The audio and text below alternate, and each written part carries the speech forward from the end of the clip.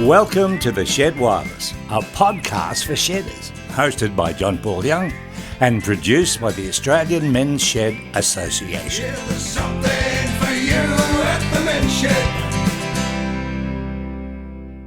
Hello and welcome to the Shed Wireless podcast, made in Australia and distributed all over the world. Now, here's what we're going to be talking about in this episode. Our special guest is a young adventurer called Alex Turner, and he talks about his solo ride from Sydney all the way to Birdsville and across the Simpson Dessert to raise funds for the Men's Shed cause. Marty's up in the Singleton Men's Shed where he's learning about making pickles for the On The Tools. Our shed in the spotlight today is the Katherine Community Men's Shed in the Northern Territory. Now, dementia is something that's probably touched us all in some way or another. In On The Pulse, Stuart Torrence chats with Diane Montoya Program Manager for the Refresh Retreats for Baptist Care. And finally, in Nailed It, Rip's talking about what it's like being on the receiving end of a dementia diagnosis. Okay, let's get into today's Shed Wireless. G'day, this is Michael Caton. You're listening to The Shed Wireless. Find us on YouTube or wherever you get your podcasts. Yeah, there's something for you at the Men's Shed. Alex Turner was inspired by his grandfather's journey through life and the community his grandfather found in retirement at his local men's shed. To pay homage to the Men's Shed organisation and to assist in a financial way and shine a spotlight on men's sheds, Alex completed a 1,100 kilometre journey across Australia's Simpson Dessert. He had a tough time and he did it all to raise awareness and support for men's sheds. Welcome, Alex. Simpson Dessert, my goodness, how many times have you done that? This is the third time. First time on a bike. Yeah, I just had this idea of this sort of grand adventure and going across and doing it solo because it just really adds to the difficulty and the complexity of it. I just saw the opportunity to do something good for it. My granddad was really involved in the men's shed, and I just thought, let's almost capitalize on the interest that it's getting and let's help the organization out because they're doing such good work. Oh, well done indeed. It's great that people like you go out there and do these wonderful adventurous things and raise money at the same time. Now, where do you actually start from? I started from, so we were accompanied by a film crew. So we left Sydney and I had the bike on the back of my car. 3 of us crammed into the car and there was absolutely no spare room. It was just jam-packed with like 10 Pelican cases of cameras, camera mounts for the vehicle, like all sorts of gear that we were using to film. And we left Sydney on, I think it was a Monday morning, and it took us 3 days to get to Birdsville. Birdsville is an interesting town. If you've not been, it's... I've been there 3 or 4 times, actually. Good. It's one of these places that's like got a population of like 100, and 5 times a year it's got 10, 20,000 people blow through. The Birdsville pub is now in good hands. It's owned by a pretty cool aviation couple who are doing really cool things with it. Although I'll tell you what, it feels a bit like, you know how Outback pubs have got that real feel to them, that real rawness. Birdsville's feeling a little bit like Outback land at the moment. It feels like almost like a theme park. You know, there's just like busloads of tourists going up Big Red, and it's the same work pub that it is in the bakery, that it is, you know, at the servo. Yes, I have fond memories of the camel pie. Yeah.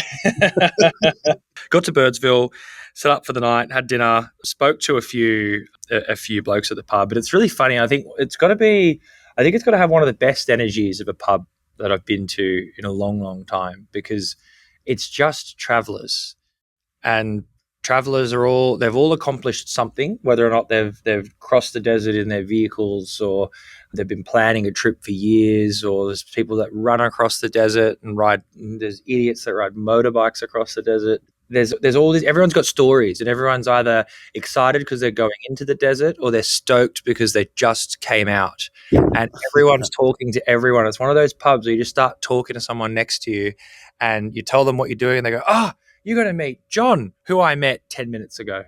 And then they walk you over to someone else. And it's this really interesting energy of community. But it's so funny as well, just seeing, even in that really remote part of Australia, how profound and how much the story of the men's shed resonated.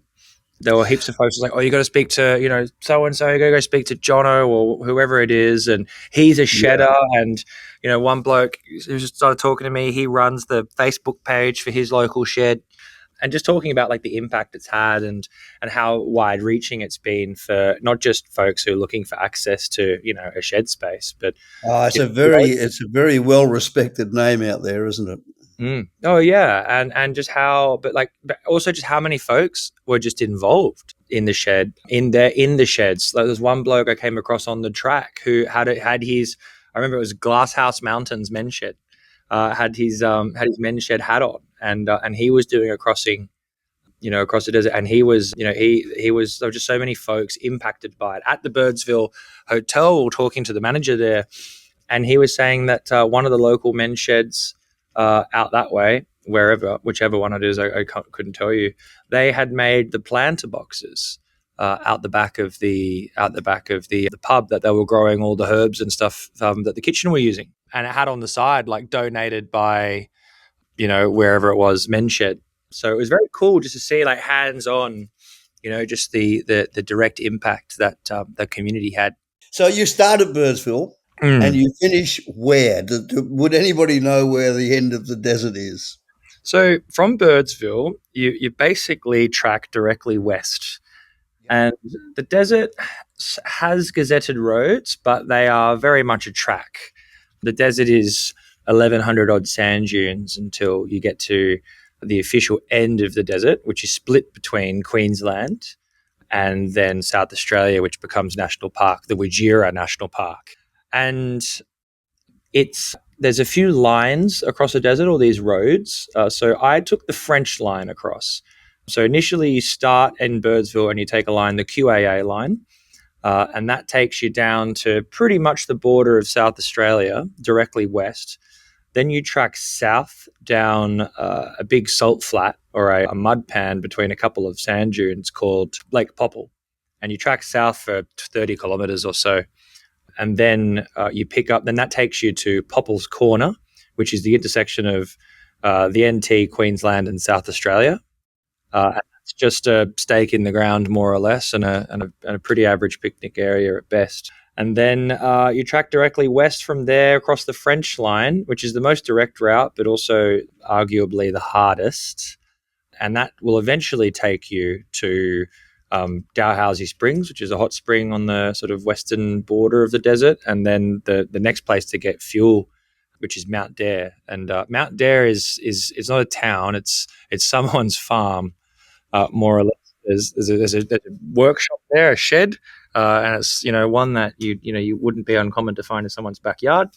And then there's a sort of one building there that is everything from the cafe, the shop, the restaurant, the pub. It's all under the one roof, and then they've just got a couple of demountable buildings that you can rent, like little cabins, but not much in Mount Dare, and a petrol and a diesel Bowser, and that's it. You had the film crew. How far did you get before there was a problem? About 10 minutes in. So we rode off that morning to Mount Dare. Sorry, we rode off from Birdsville into the desert, and as soon as you get to the desert, there's one big sand dune called Big Red. And Big Red is, Big Red Bash. Yeah. There's and just ever so slightly to the side, the left side or the south of Big Red is Little Red, and that's sort of the entrance to the desert. And in between, just after Little Red or Big Red and that area, there's a big salt flat, or I guess a mud flat. And so we rode in, and the car's behind me, and the car is set up, the camera mounted to the door, and they're trying to film the entry and that sort of stuff. And I missed the detour around the basically the middle of between the dunes, which because of rain a week prior, and we were worried that we weren't going to be able to get into the desert. It was just muddy and it was awful, and totally missed that there was a bypass. Drove straight through, followed the big wheel tracks, and the bike was just a foot deep in mud before I knew what was going on. And I remember the camera crew just looking at me, and the rule was very much like, you do not help me, you do not acknowledge me, I'm doing this by myself. And I remember just them looking at me and me looking at them, just going, oh no. And I got off the bike and I tried to dig it out, and I was just really, really struggling. And that was the first moment where I just found myself just trying to dig it out. This bearing sun coming down and heating you up, and then I just found myself drenched in sweat, angry. Yeah, that was my first thought. Where I'm like, "What am I doing here? This is stupid." And you're 10 minutes in. No, I'm 10 minutes in, and that day has got to be one of the hardest days of my life as far as like physical exertion and just keeping mentally on top of it, because I dug the bike out and they set up the film. I had to take the jerrys off. The bike is as heavy as it can be because I've got full fuel, full water, and all my food on board. I had to take everything off the bike. I had to get off the bike. I had to rev the living daylights out of it just to sort of get it to dig out of this hole, and then walk it on this very, very slippery mud whilst being filmed. So I had to sort of keep it together, and then walked it over to softer ground. And then I sent it up the first big sand dune. And once I'd packed everything back up, and then that's when I realized that I just wasn't prepared for the type of sand that the desert has. Now, I've ridden up in Stockton. I've done a lot of beach riding, but you've got moisture in that sand, and that sand kind of clumps together. And in the desert, you just don't have that. The sand is very, very fine. It's almost like talcum powder or these bull dust. And I had to give the bike, everything I could just to get up some of these dunes. And then I find myself quite often, you get to the top of these sand dunes and then you just lose steering authority, and then you end up, on your ass tumbling down the other side of the dune. Yeah. And it got to a point where I think, on the first day after that ride in, I'd set, I'm like, cool, I'm going to make Popple's Corner tonight. That was my goal. And I didn't even make it halfway there. But so many good stories. And it sounds like that film's going to be something else. But let me just twist your brain around to the real reason why you did this to raise money for Men's Shed. It involves your grandfather. Tell me about that. Yeah. So my grandfather is a very funny, clear line between him, my dad, and myself. My grandfather was, his dad was an electrician, and my grandfather was an electrical engineer that did a lot of comms work in the army and just privately. He spent some time in Vietnam, which he never spoke about, I think is the general gist of that. And then his career spent a lot of time. He rolled out the first CT scanners in Australia. And some of my fondest memories as a young fellow were going to my pop's house in Engadine, New South Wales, and we would get J-car kits, and he would teach me the basics of electronics when I was 8 or 9 years old. I learned to solder. I learned all of this stuff, and I used to love it. My pop and I would play around with ham radios and always building stuff in the shed, and there was just I absolutely idolized him in that way. And there was definitely, you look at Pop and a lot of older blokes I find, and for him coming out of getting out of work for him was huge, because he loved what he did and he got so much purpose. And I think that's something that, I definitely see in a lot of blokes just in my life as I get older. How long after retirement did you notice that, he needed something? Yeah, and that was the thing. It took him ages to retire, and it took him so long to let go of work, and unfortunately, it was taken from him, right? Because he had to commute, and that got harder, and then you've got things get harder. But yeah, his purpose, eventually you lose that purpose, and he was probably working up until he was 70. He was a technician at Welsh Allen who make medical equipment like blood pressure monitors and vital signs monitors and these things. And I used to love going to work with him, even just to see like all the stuff and all the toys and the cool stuff they made and what he got to work on. But that was it. He lost his sense of purpose, and then you sort of just trapped in the garage. And we'd try and find projects to work on together. Like, I remember him when I was 18.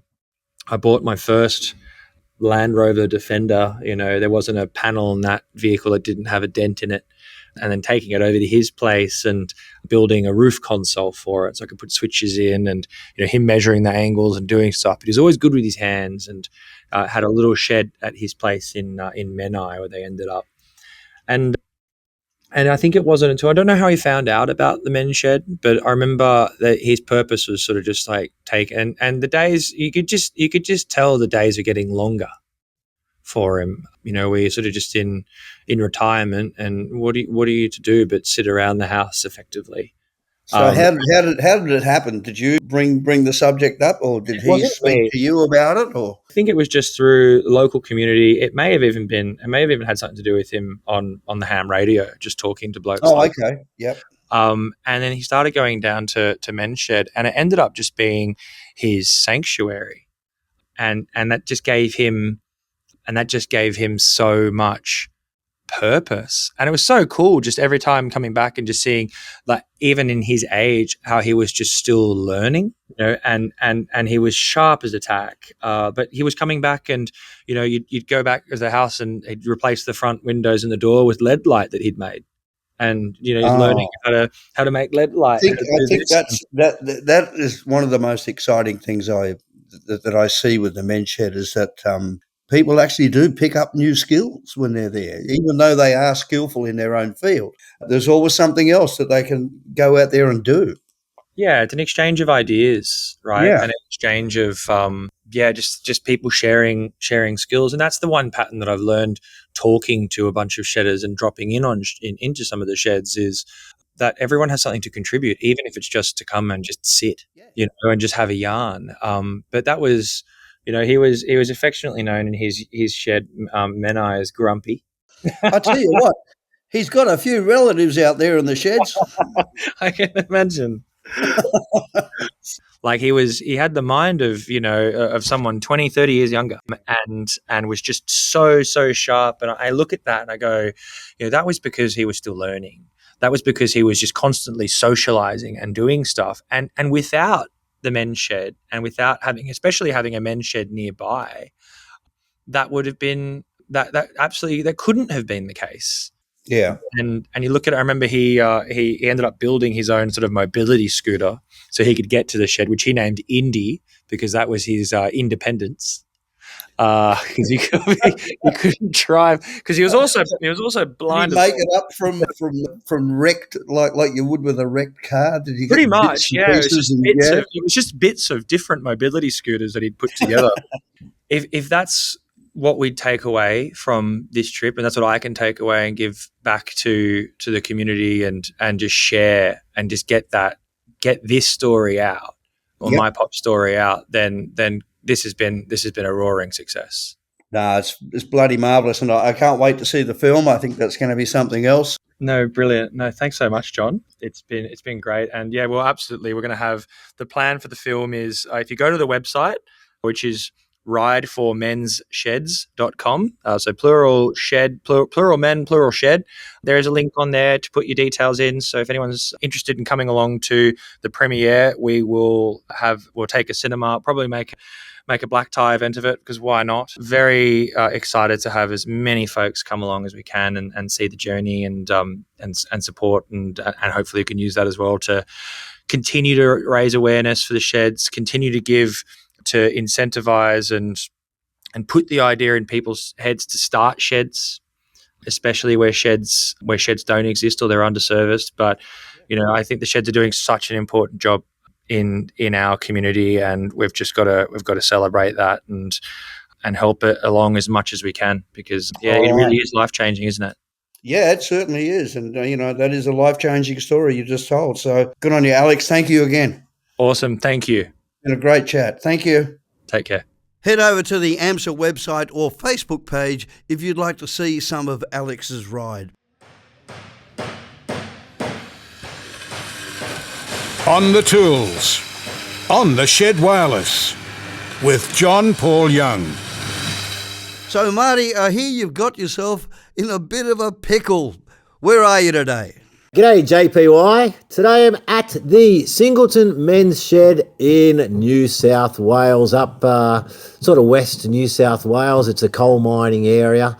It's a place I've had a bit of a history with, had a lot to do with the Singleton Men's Shed in its day. So it's good to get back up here, but there's a lot going on. But I was told to come up here because we're always looking out for some great stories for the On the Tools, and that's what we're doing, On the Tools. And Beth Gow, our New South Wales state coordinator and ACT state coordinator, said, you got to get up to Singleton because there's some good stuff going on there. There's a couple of projects. I'm going to do a couple of interviews here. But right now, I'm with Brian, the Pickle Man. Is that what they call you, Brian? Bo the Pickle Man. Bo the Pickle Man. Now, pretty stupid question, but why do they call you Bo the Pickle Man? Because I make pickles. Oh, Pickles and relish. Go figure. Who would have thunk it, eh? Who would have thunk it? Yeah. So, mate, how long have you been? I've got a couple of jars here beside me. Once again, I'll take plenty of photos and we can put them on the website. But these look sensational. Bo's homemade products of beetroot, pickles, chili tomato relish. Brilliant, mate. So, how'd you get into this? What's the story? Oh, I've been making them probably for 40, 50 years. Really? And some of the recipes have come back from my mother. Yeah. And I just like making them. And I started make them here at the shed. Yeah. At first because, people want to know what you're making. Yeah, right. So was this your trade? Were you a chef or what were you? No, my trade was cheese making.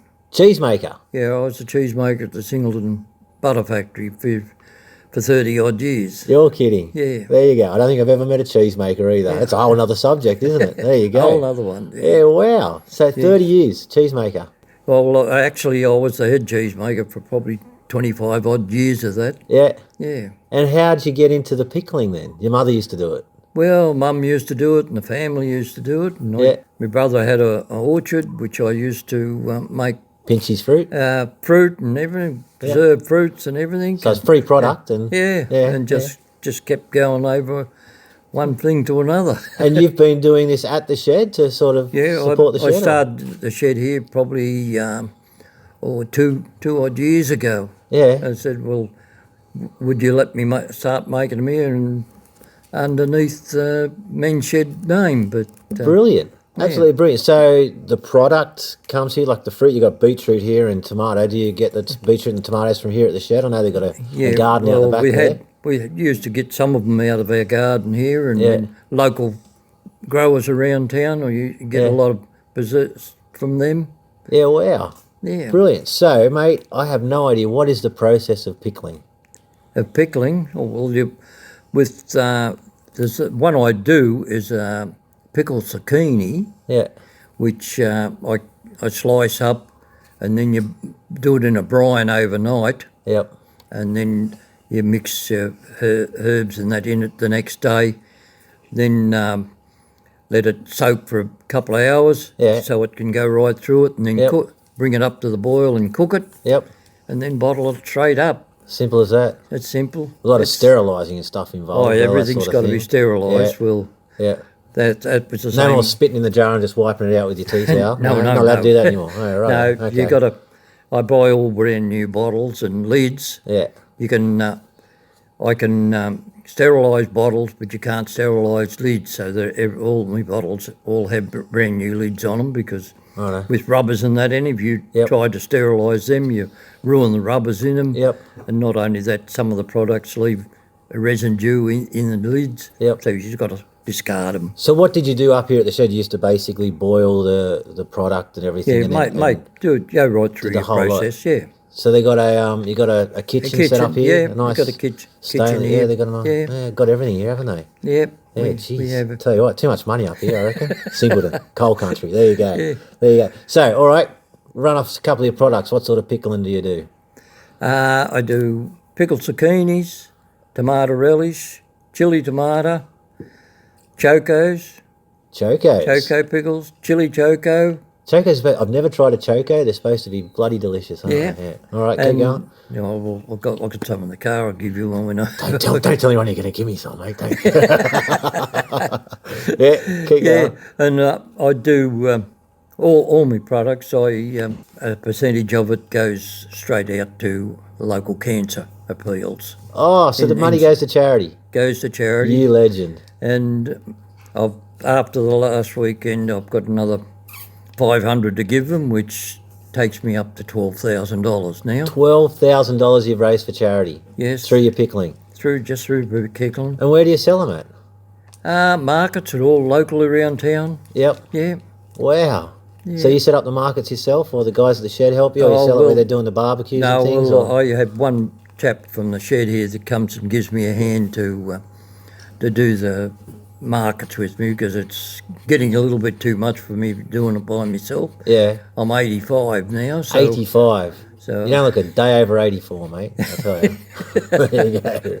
No, brilliant. Wow, good on you, mate. That's fantastic. Did anyone give you a hand? Anyone at the shed give you a hand, or you do it all yourself, basically? No, well, the same bloke that helps me at the markets. Yeah. Richard, he Yep. he helps me out a lot, because I just can't do it all by myself job. now. It just gets too much for me. Yeah, wow. Yeah. Wow. So how many jars you got sitting at a time, and, just... Well, each batch has about 18 bottles in it. Wow. I do 8 kilos of product to start with, Now, how many days a week are you spending on this? whenever I can. All right. Yeah. So what's the charity? Give a plug to the charity that you've been donating to. It's cancer. It's a local cancer. Dollies, you said, or something, Dollies, wasn't it? yeah, Dollies. Dollies. So tell me about Dollies. Dollies is an organisation that sells clothing and everything like that, all for charity. All for charity, or for breast cancer awareness, or breast cancer breast research, cancer or something, is or it? bowel cancer. Okay. Yeah, right. Yeah, and all the money that we do.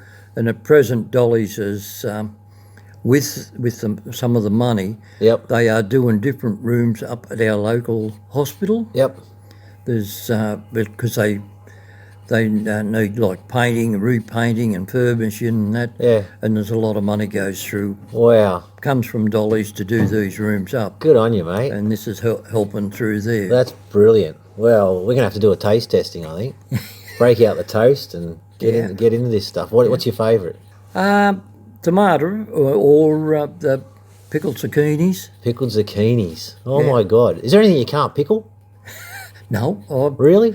there's not. There's You a can always lot pickle an old boot, couldn't you? Yeah, well, a lot of times too, a lot of things that you can buy, when you get your tomatoes, you can get tomatoes, and you can cut them up to what you need, Yep. cryovac them in bags and drop them in the freezer, Yeah.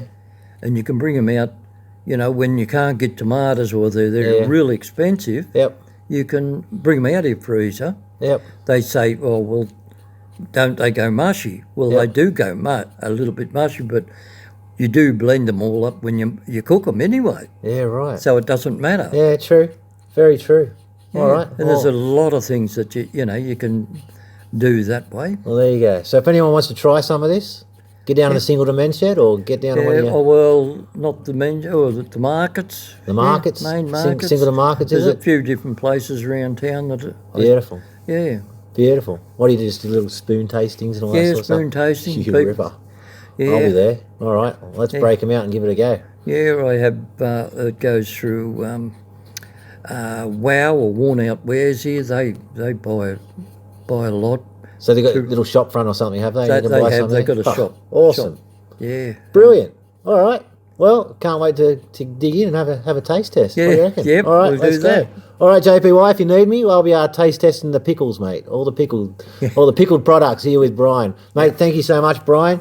Yep. Pleasure meeting you. And I hope this is something that some of the other guys at the sheds, I wonder if any other sheds are doing any pickling at their shed. I don't think they do. Yeah, well, let's just see. Let's put it out there. If your shed's a pickler, let us know, and maybe we could have a pickle championship or something, like a chili festival, a pickled product festival. Right. Brilliant. Thanks, Brian.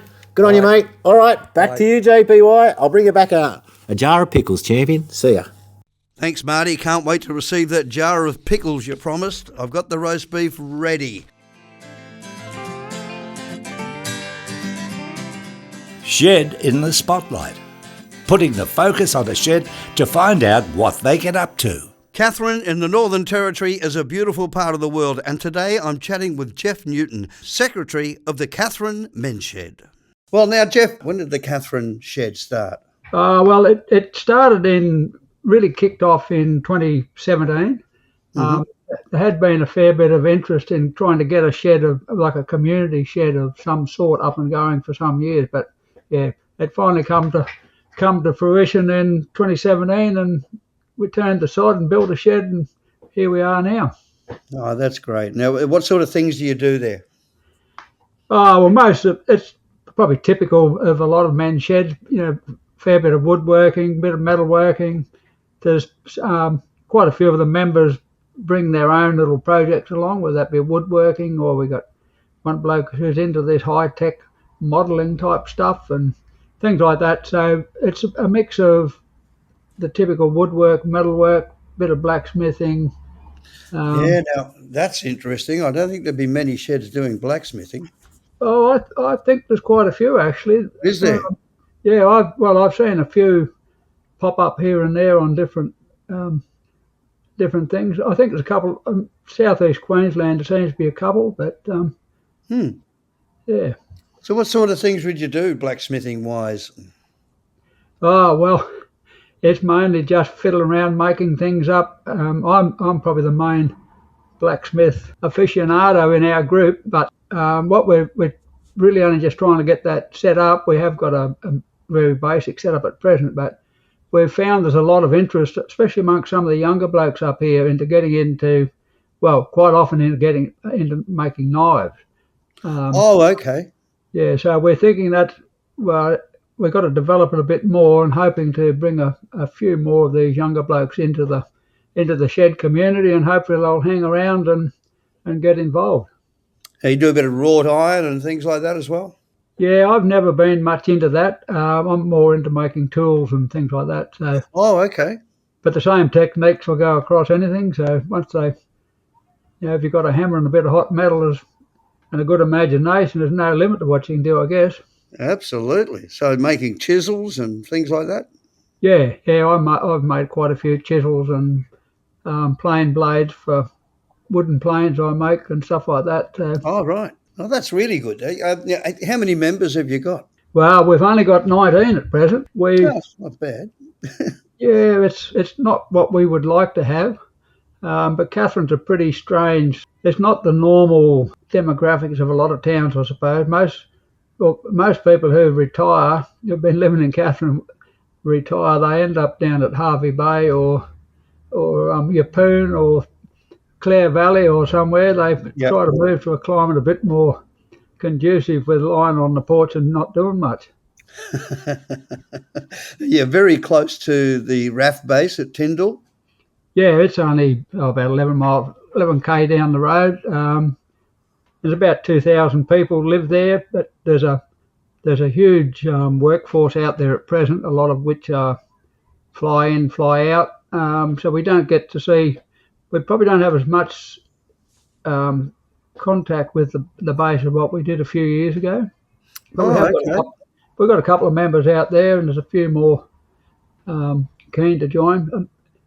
Trying to find opening hours that fit in with their work rosters and stuff's a bit of an issue too sometimes.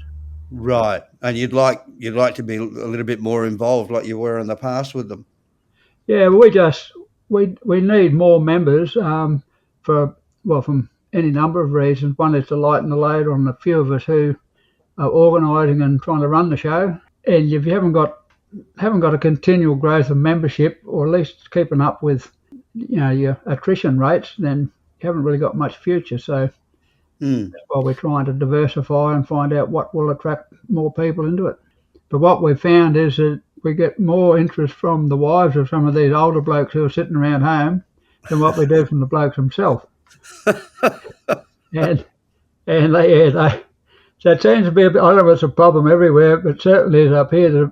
There's a fairly active group of seniors, but they're almost all women. And wow. I mean, that's how the men's shed started, was through women. Yeah, well, I can understand that. And we got a lot of people, come and have a yarn to my husband, see if we can get him up there. But we have getting continued interest from women who say, "Oh, I'd like to learn to do this and learn to do that." So we are looking at probably going into the road of being a a more inclusive shed. Yeah. How we go about that, like to some of these belligerent old buggers you talk about, don't want women in the shed. That's what the whole idea is about, they reckon. But I think if there's a community need out there, or a desire for people to learn and do stuff, I think we need to be a bit more open to facilitating it somehow, and even if it means a separate day or a night stuff at night or whatever. Exactly. I think that's a great idea, and I would certainly encourage you to go down that road at, like you said, alternate days or whatever. That's it's a really good idea. Now you're very, very involved in the community, aren't you? Well, yeah, we try to be as much as we can. As I say, we've been going for a few years now when you look at the numbers, but the reality is in that time we had to build, like actually construct our original shed. And then we quickly found out it was too small. So we've been continually trying to upgrade our facility, and now we've only pretty much just signed off on a really, really good shed, which is we designed for our own needs and also wider community use when we designed it. And the Northern Territory Government came good with a very good grant to get it up and going. And we've wasted a bit of time, I suppose. In some ways, you call it waste of time trying to get a better venue, but now we've got it, so there's no reason we shouldn't be able to attract more people in there. Yeah, I don't think any of it's a waste of time, Jeff. I think you're doing a great job, and I think doing something is better than doing nothing for sure. Yeah, but we do a lot of stuff like we get contacted from the preschools and schools and things. We want to make up a little puppet theatre or something. Would the men's shed be interested in doing it? And that sort of thing. There's a toy store kind of thing here in town, and we fix up toys and bits and pieces, stuff like that for them. Just projects like we make Christmas trees and Christmas stars and things for the town council. Then they pass them on to the preschools to get the kids to paint them up for carols by candlelight. That's the sort of stuff that we try and have a few of those things going all the time. So if someone turns up at the shed without any real idea what they want to do, you can say, well, look, we've got some Christmas stars here that need sanding or putting together or whatever. So you've always got a project there for if someone turns up and no projects around, you've got something to get them busy with. Otherwise, they'll hang around for a couple of times, and if there's nothing they're doing, they won't last long. Yeah, and you do bird nesting boxes, and I was looking at the Savannah glider possums. You do. What's a roost box? I've never heard that one. Oh well, I was going to put nest box, and I thought, well, possums don't normally nest, but they. So, and I suppose the roost box would be more for the bats, but it's a house for these Savannah glider possums, which is pretty much. It's the biggest version of the sugar glider in Australia, apparently, but very similar and very closely related to the other two species. So, wow. We've got a school teacher in town who was looking for a project for his kids to get them involved in the natural world out there. So he approached us whether we could cut out and maybe assemble a few of these boxes for him, and he's going to get the kids and whatever to put them up, and they're going to monitor them and see whether the possums are using them and whatever else. So that's the sort of thing we try to do as much of as we can. Oh, well, that's great, Jeff, and thank you very much for the chat. Very good. Well, thank you. Good on you, Jeff. Thank you. Bye. We acknowledge the three key Aboriginal groups of the Katherine area as the traditional peoples of these lands. These are the Dagaman, Jawoyan and Wardaman people who lived in semi-nomadic lifestyle and intermarried with other clans in line with cultural laws. Katherine was an important meeting place for all the Aboriginal people in the region for thousands of years, and still today. Evidence of this can be seen on all the traditional rock art at Nitmaluk National Park, which is Katherine Gorge. On the pulse, on the Shed Wireless. Right now, Stuart's got his finger on the pulse. Over to you, Stuart. Thanks, JPY, and g'day everyone. I'm Stuart Torrence, Shed Development Coordinator, Wellbeing and Health for the Australian Men's Shed Association, and this is On the Pulse, where we discuss anything and everything with health and wellbeing. Today, we're going to revisit an old subject, about dementia. No, I haven't forgotten. Sorry for the pun. We've spoken about this condition before. We even have resources in the Shed Resource Manual for you to help sheds help those who have or are caring for someone with this diagnosis. This has brought up some questions people have asked when first diagnosed. Like any other diagnosis, you are stepping into the unknown, and this can be a scary thing. Often we jump onto our computers and search for information. This can be fraught with danger, not because the information you find is untrue or misleading, but often you're starting at the wrong end of the subject.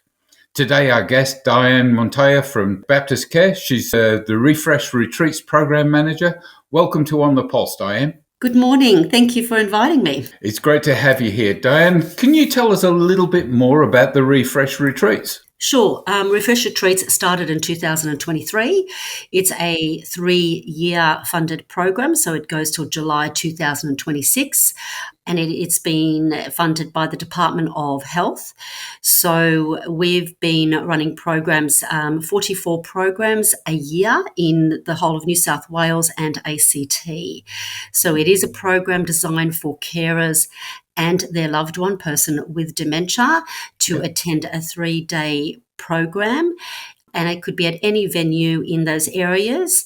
And it's very educational. It provides respite for the carers. If they've not experienced that before, this is a great forum to be able to be supported throughout that 3 days as well. Sensational. Well, Diane, it sounds like you're the right person to talk about these questions that people might have after receiving a diagnosis. Often we jump online and search for information about the diagnosis. Diane, can you tell us where we should actually be going to get help? Yeah, absolutely. The best platform I would say that has a wonderful amount of resources is Dementia Australia, maybe followed by Alzheimer's.org.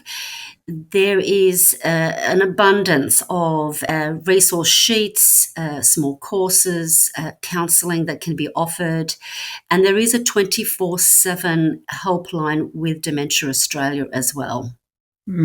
And one of the other programs that we talked about in the past is the Tasmanian University of Tasmanian's MOOC program, Yes. MOOC, which they have several courses on dementia, identifying brain health, and so on. Great courses, totally free, online, and something worth availing yourself of. Yes. I've had many families who've done the MOOC course and they have found it invaluable because that education provides an opportunity to really understand what's happening, what we can't see visibly, what is actually happening to the brain and to that person.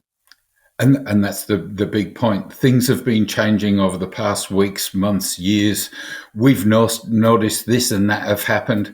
And now we actually have this diagnosis. These things that have been changing, we want to know how we can help them as loved ones, as carers. And some guys don't actually identify themselves as carers. I'm married. Very true. This is my wife. I'm not a carer. I said in sickness and in health until death do us part. Yes. And some of them will actually kill themselves trying, won't they? Absolutely. You've hit on a really key point here, and that is we want to help the person through the journey with dementia, but we certainly want to acknowledge the care partners for the immense effort they need to adjust in their life to. We call this a slow grieving. There's a slow losing of this person they've known, sometimes 30, 40, 50, and even 60 years married, I've experienced. So, the help that we can give the carers or the partners or their loved ones is essential to how we navigate through this. Well, Diane, there's frustration on both parts. Yes. And the person with dementia, and I've said this before, the person with dementia knows they know that they don't know what you should know, if you know what I mean. Yes. They have a feeling that they should be able to do this or do that, and they can't put it together. And they get frustrated. And then you have the carer who just wants to help, sometimes feels like they're emasculating the person they're caring for, or, maybe babying them to a degree. So there's frustration on both sides. Correct. How do you or should someone approach frustration? Yes. So, the two parts we speak about, first of all, is the carer topping their cup. So having support, having counselling, having carer groups that they can attend, just to allow, that space of being able to express those frustrations, as well as supporting them through that time. The education that we provide does allow, you could say, a toolkit of how the brain has changed. And I think that's been the game changer. So the person who's caring for that person doesn't just look at them as the patient or the person with dementia. They start to realize this is a person. There needs to be an adjustment to where they are now, not where they were in their past. Yeah. So really looking at where they are now, navigating where that person in dementia is on their map. And we teach a lot around communication that can actually reduce those conflicts, because it's sort of not a fair argument when you're dealing with a brain that is slowly dying and that person is being expected to perform tasks that they no longer can actually do. So that's been a great form of 3 days of being able to transition to seeing what's present, and then being able to adjust those communication skills and, be insightful about the care that the partner needs as well. Yeah. So, Dan, communication, it can be difficult, in particular if one of the parties is forgetting words, getting their sentences mixed up, getting their dateline confused. So what's the best way for them to communicate? Yeah, look, the key is body language. Word finding becomes the brain does slow down as well. So what we say is really paying attention to the whole person, not just the words coming out. So if they're stuck, what is their hand signals doing, their eye signals doing, how are they sitting, and really keeping things very simple. So sometimes it could just be silence for them to be able to find the word. Sometimes it could be just repeating back what they just last said, so the person feels really heard. And really being supportive. So, not putting a pressure on them having to find the right words.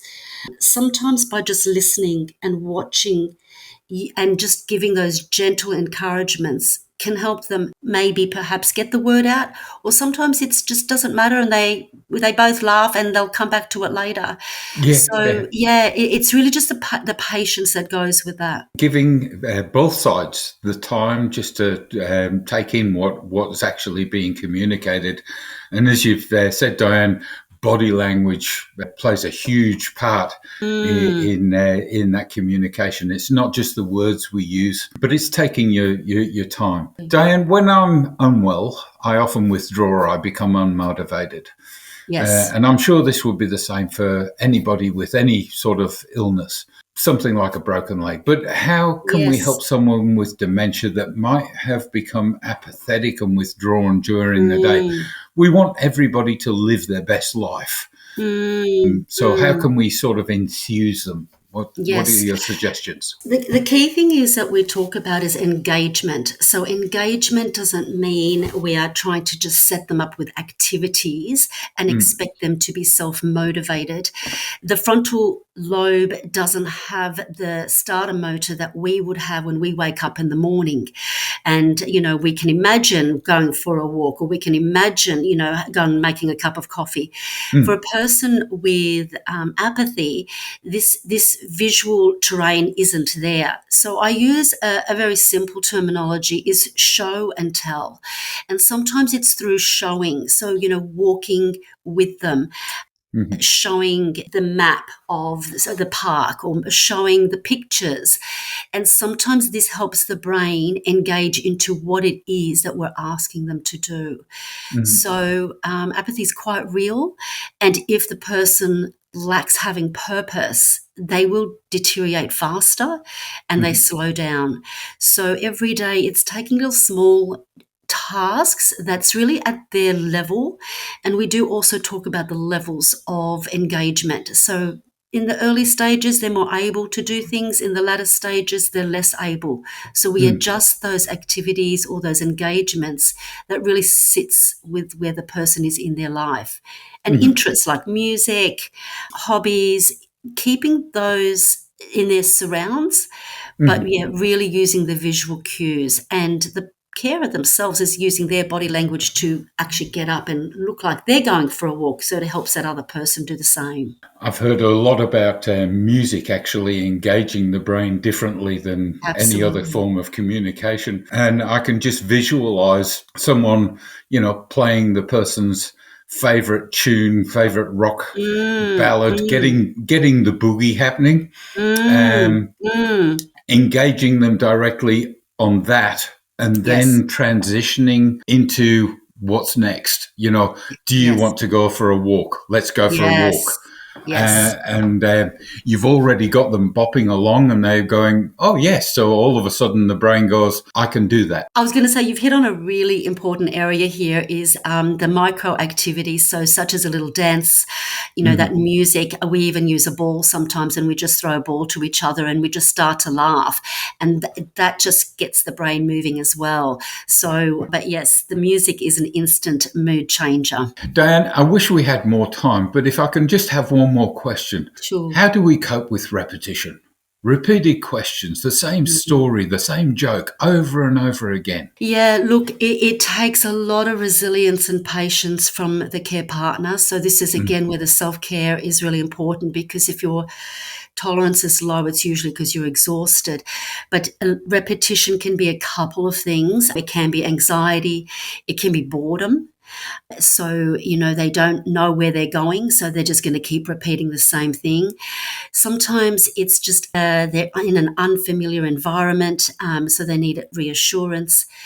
We sort of say go with the flow, and, it is really just responding like it is the first time you've heard it, because they don't know they're repeating themselves. Yeah. If a diversion can work, it could be, getting them to sit and a cup of tea and go and look at the garden. It could be, just engaging them with a beautiful documentary. So nothing that they have to follow a certain storyline. But it is a difficult one, that one, because it can increase as the person's dementia declines. We'd love to have you come back and talk to us some more in the future, if that's all right. Absolutely. Thank you very much. Diane, thank you very much. Wonderful program that you're running. I hope it does continue. Diane, we wish you all the best and hope and look forward to you coming back and talking to us. Thank you very much. Thank you for your time.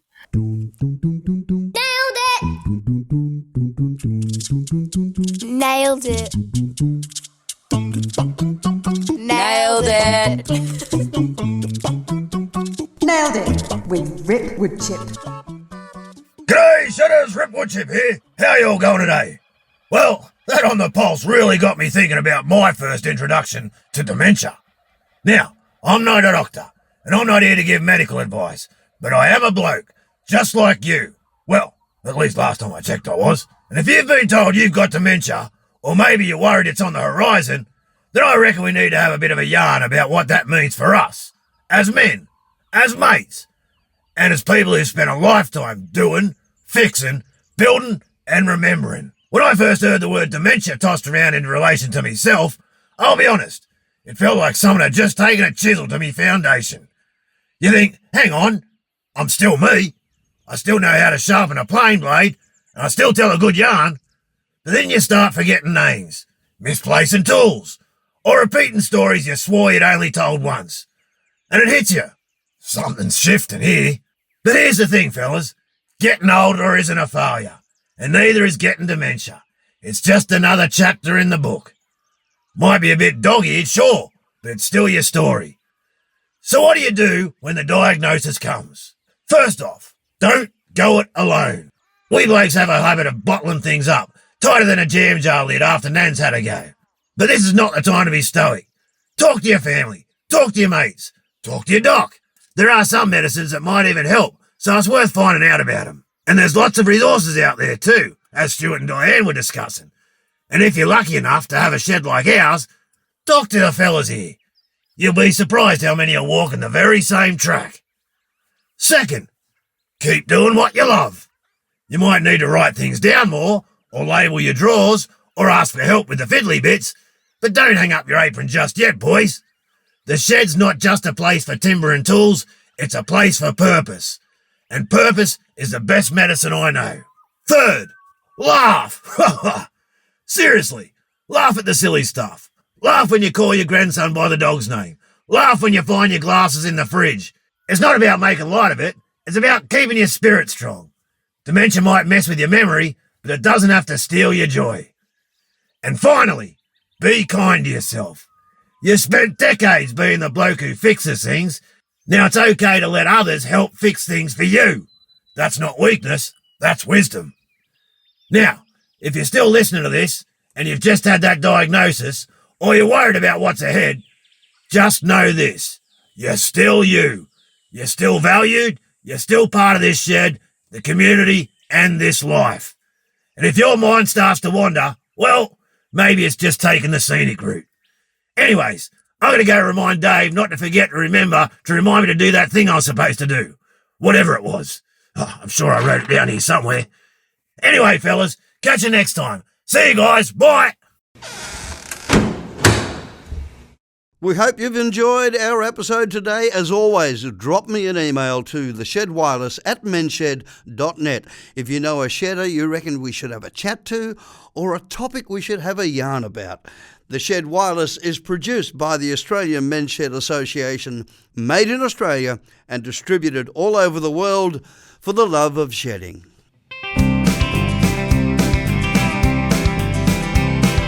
It don't matter if you work with wood or fabricating metal is the thing you understood. Whatever is your game, everyone's the same.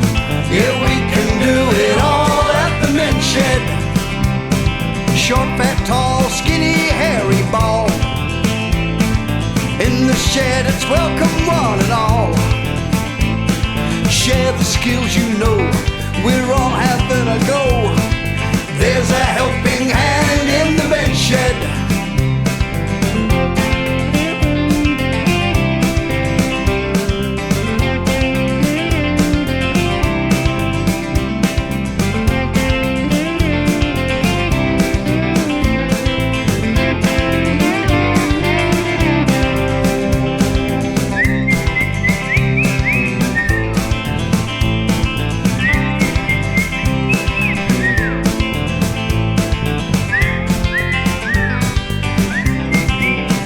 Yeah, there's something for you at the Men's Shed.